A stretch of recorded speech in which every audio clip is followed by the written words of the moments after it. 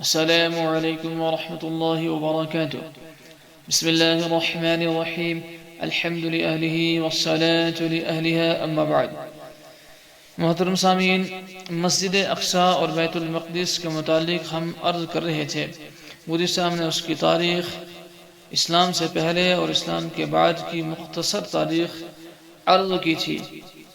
اور ہیکل سلیمانی کی تاریخی حیثیت اور تاریخی حقیقت کے بارے میں عرض کیا تھا۔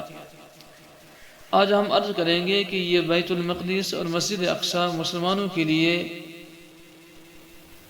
ایک علمی مرکز کے اعتبار سے بھی توجہ اور عقیدت کا حامل ہے،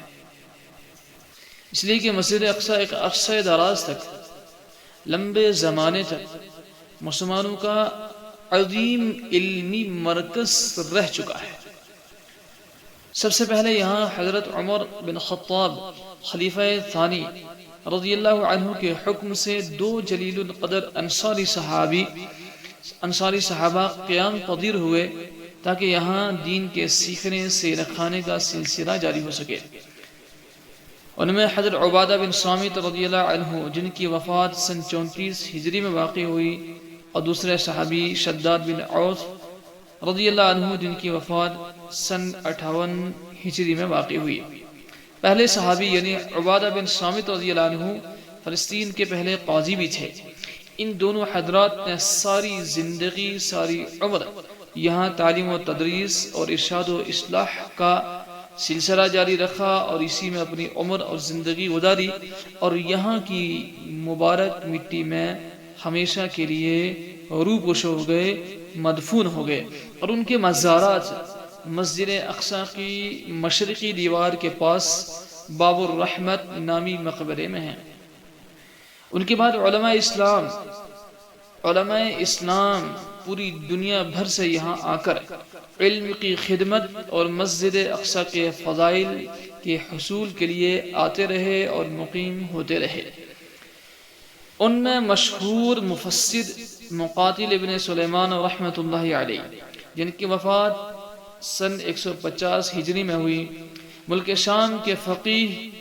امام عبد الرحمن بن عمرو اوزاعی رحمۃ اللہ علیہ، جن کو امام اوزاعی رحمۃ اللہ علیہ کے نام سے یاد کیا جاتا ہے، جن کی وفات سن 157 ہجری میں ہوئی، عراق کے امام سفیان ثوری رحمۃ اللہ علیہ، جن کی وفات سن 161 ہجری میں ہوئی،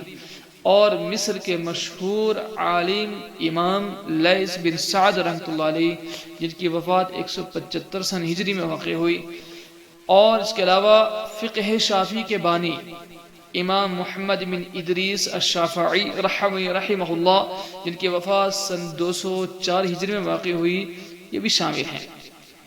ان کے علاوہ جن بزرگان دین اور اولیاء و مشائخ نے یہاں وقتاً فوقتاً قیام کیا، آتے رہے اور قیام فرما کے دوسری جگہوں پہ جاتے رہے، ان کا احاطہ ناممکن ہے، ان کو احاطے میں نہیں لایا جا سکتا، ان کو شمار نہیں کیا جا سکتا۔ 5ویں صدی ہجری میں مسجد اقصی اور بیت المقدس عالم اسلام کا سب سے اہم مرکز اس وقت بنی جب حجت الاسلام امام ابو حامد غزالی رحمۃ اللہ علیہ 488 سن ہجری میں یہاں تعلیم و تدریس کے لیے تشریف لائے۔ آپ جس کمرے میں ٹھہرے اس کو ناصریہ کے نام سے پہلے یاد کیا جاتا تھا، بعد میں غزالیہ کے نام سے مشہور ہو گیا۔ اس وقت جب امام غزالی رحمۃ اللہ علیہ یہاں بیت المقدس میں تشریف لائے، خود ان کی ایک روایت کے مطابق حدود حرم میں،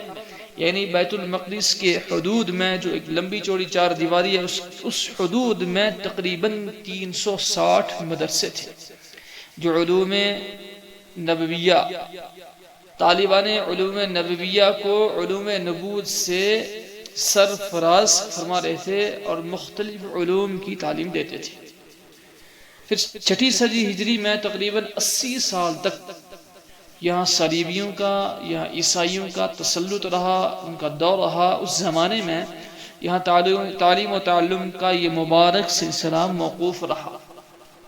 تاکہ اسلام کے عظیم مجاہد، عظیم سلطان، عظیم سپوت سلطان صلاح الدین ایوبی رحمۃ اللہ علیہ نے اسے فتح کر کے یہاں عبادت و تعلیم کا سلسلہ دوبارہ جاری فرمایا۔ یہاں تمام مکاتب کو، تمام مدارس کو، تمام مساجد کو اثر نو تعمیر کیا اور ان کو منظم کیا اور ان کو اثر نو آباد فرمایا۔ اب پھر سے تقریباً 1924 کے آس پاس سے لے کر اب تک تقریباً 94 95 یا 96 سال کا یہ وقفہ، تاریخ وقفہ گزرا ہے کہ جس وقفے میں یہ تعلیم و تعلم کا نورانی سلسلہ موقوف ہو گیا ہے، کیونکہ یہاں جب سے صہیونیوں، اسرائیلیوں اور یہودیوں نے قبضہ جمایا ہے، تب سے مسجد اقصیٰ کے صحن میں قال اللہ قال الرسول کی نورانی صداؤں کی جگہ یہاں فلسطینی مسلمانوں کی زخمی نمازیوں کی چیخ و پکار اور آہیں ہی سنائی دیتی ہیں۔ اللہ تعالیٰ سے دعا ہے کہ اللہ تعالیٰ پھر سے کسی سلطان صلاح الدین ایوبی کو یہاں بھیج کر اس کو آباد فرمائے، اس کو آزاد فرمائے، اور پھر سے یہاں